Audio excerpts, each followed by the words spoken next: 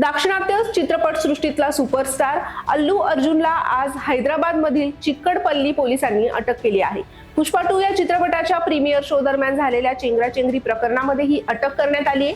या गदारोळामध्ये एका 35 वर्षीय महिलेचा मृत्यू झाला होता। त्यानंतर अल्लू अर्जुन विरोधामध्ये गुन्हा दाखल करण्यात आला होता। आज त्याला हैदराबाद पोलिसांनी अटक केली आहे। साऊथचा सुपरस्टार अल्लू अर्जुनचा पुष्पा 2 चित्रपट नुकताच प्रदर्शित झालाय।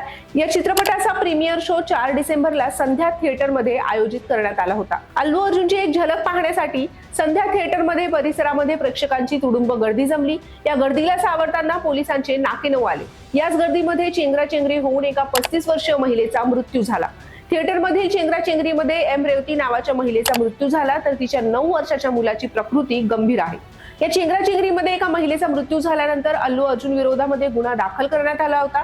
या विरोधामध्ये बुधवारी अल्लू अर्जुनने तेलंगणा उच्च न्यायालयामध्ये धाव घेतली होती।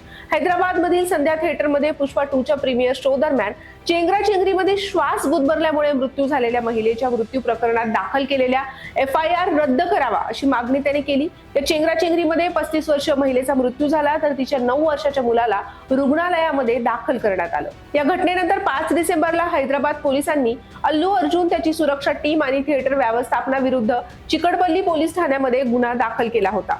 मृत महिलेच्या कुटुंबियांनीही अल्लू अर्जुन विरोधामध्ये तक्रार दाखल केली होती।